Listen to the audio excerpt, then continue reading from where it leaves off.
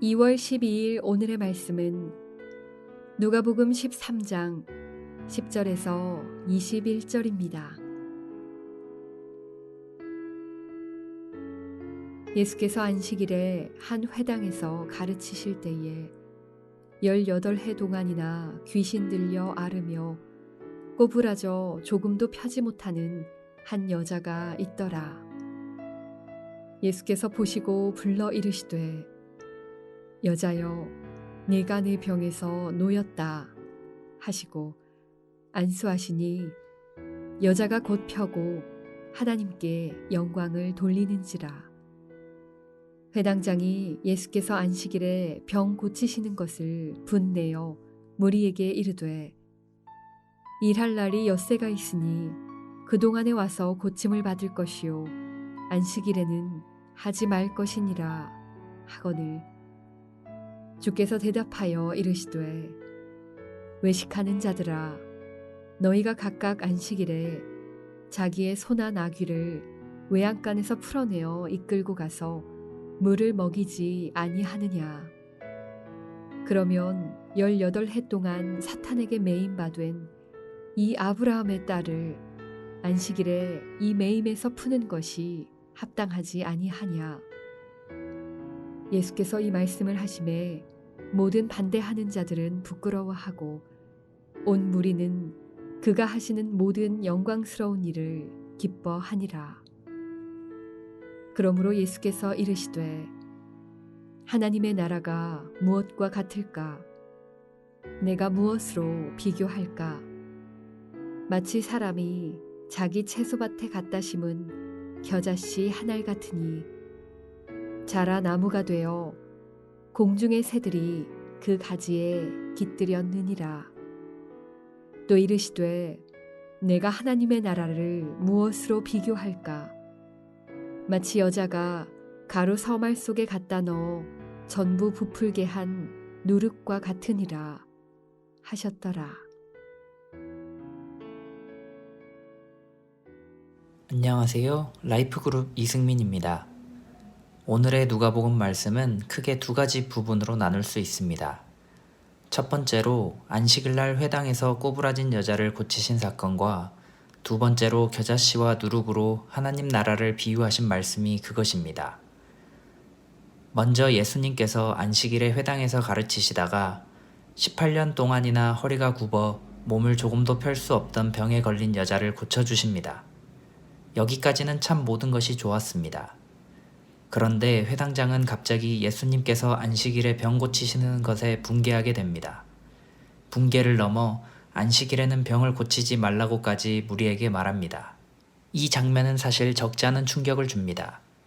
안식일에 일을 하면 안 된다는 것을 주장하는 거야.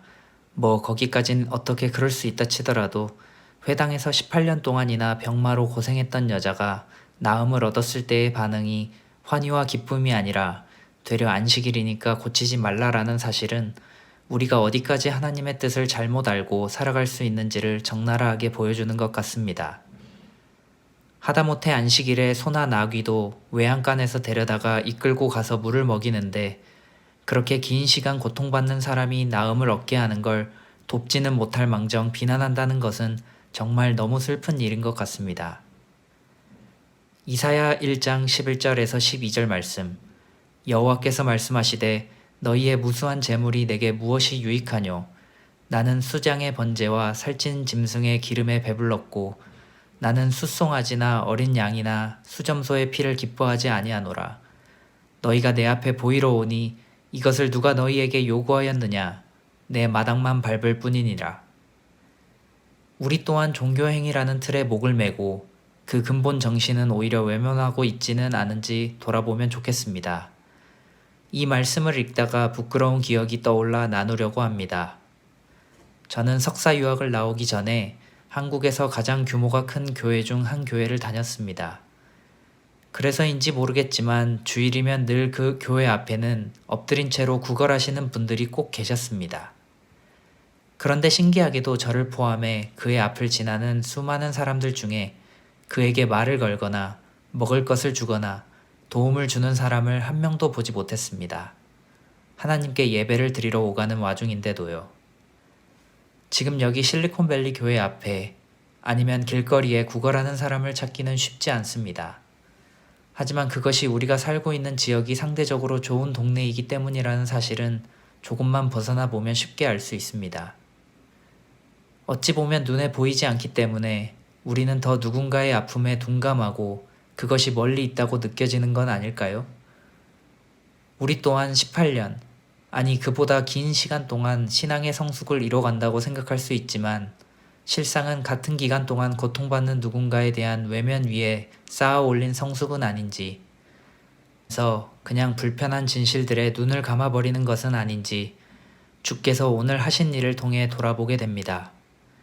목사님께서 구약개론에서 강조하셨듯이 선지서들을 통해 하나님께서 수도 없이 되뇌이신 말씀을 기억하길 원합니다. 그리고 제 시선이 불편한 진실, 하지만 주께서 바라보실 진실들로 향할 수 있기를 기도합니다. 미가서 6장 8절 사람아 주께서 선한 것이 무엇임을 내게 보이셨나니 여호와께서 내게 구하시는 것은 오직 정의를 행하며 인자를 사랑하며 겸손하게 내 하나님과 함께 행하는 것이 아니냐. 예수님께서는 하나님 나라를 겨자씨와 누룩 비유로 설명하십니다. 우리가 많이 들어왔듯이 세상 가치로 보잘것없어 보이는 예수 그리스도가 이뤄가시는 하나님 나라의 폭발력, 성장력을 비유하는 말입니다. 너무나도 잘 아는 이 비유가 갑자기 앞본문 다음에 나오니까 굳이 왜 예수님은 이때 이런 말씀을 하셨을까 하는 생각이 들었고 정말 많은 시간 고민을 해봤는데 사실 저도 잘 모르겠습니다. 그래도 묵상하면서 깨닫게 하신 것을 조금 나눠보려 합니다. 먼저 겨자씨 비유에서 사람이 자기 채소밭에 겨자씨 하나를 심습니다. 겨자씨 한 포대도 아니고 딱 한 알입니다. 뭐 예수 그리스도가 한 분이시니 한 알이다. 뭐 이렇게 넘어갈 수는 있습니다. 하지만 뒤에 나오는 결과가 조금 이상합니다. 상식적으로 폭발력, 확장력을 얘기하려면 최소한 한 알의 겨자씨를 심었더니 나무가 되어 수천 수만의 겨자를 수확했더라. 뭐 이런 스토리가 나와야 자연스럽지 않나요? 뭐 크기로 굳이 비유를 하시려고 했다면 자라 나무가 되어 그 채소밭에 어떤 식물보다 커졌더라 이러시면 될 텐데 굳이 주님께서는 자라 나무가 되어 공중의 새들이 그 가지에 깃들였느니라 라고 말씀하십니다.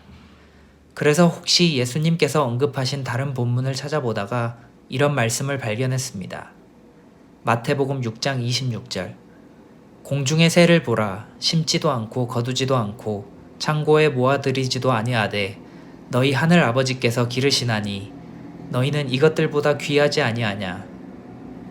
대단한 재물을 모았거나 대단한 힘이 있는 것은 아니지만 하루하루 하나님 아버지에 의탁해서 살아가는 공중의 새들 같은 자들, 하나님 나라가 그들이 깃들 나무가 된다고 표현하시면서 앞의 여인 같은 자들에게 큰 위로를 주시지 않았을까 싶었습니다. 그리고 두 번째로 누룩 비유에서는 먼저 여자와 누룩에 집중했습니다. 당시 여자는 주류 사회에 속하지 못했었고 월경이나 출산을 통해 부정할 일도 많았습니다. 누룩 또한 성경에서 대부분 부정적 의미로만 쓰였습니다. 해서 제가 느낄 때 당시 사람들은 여자가 누룩을 다룬다는 것 자체가 뭔가 비주류의 사람이 부정한 것을 다룬다는 느낌이 들었을 것 같습니다.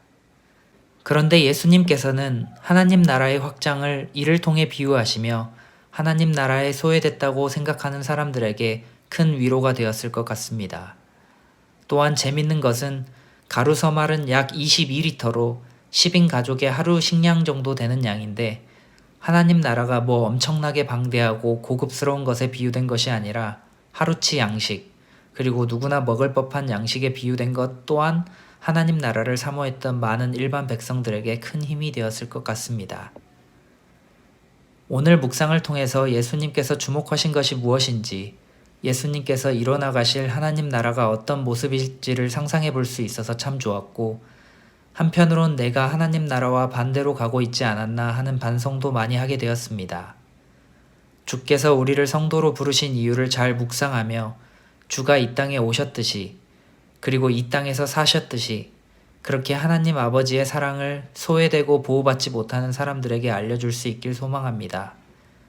그리고 겨자씨와 누룩처럼 초라해 보이고 보잘것없어 보이는 우리의 순종이 장차 올 하나님 나라의 결실로 맺어지길 예수님 이름으로 기도합니다. 아멘.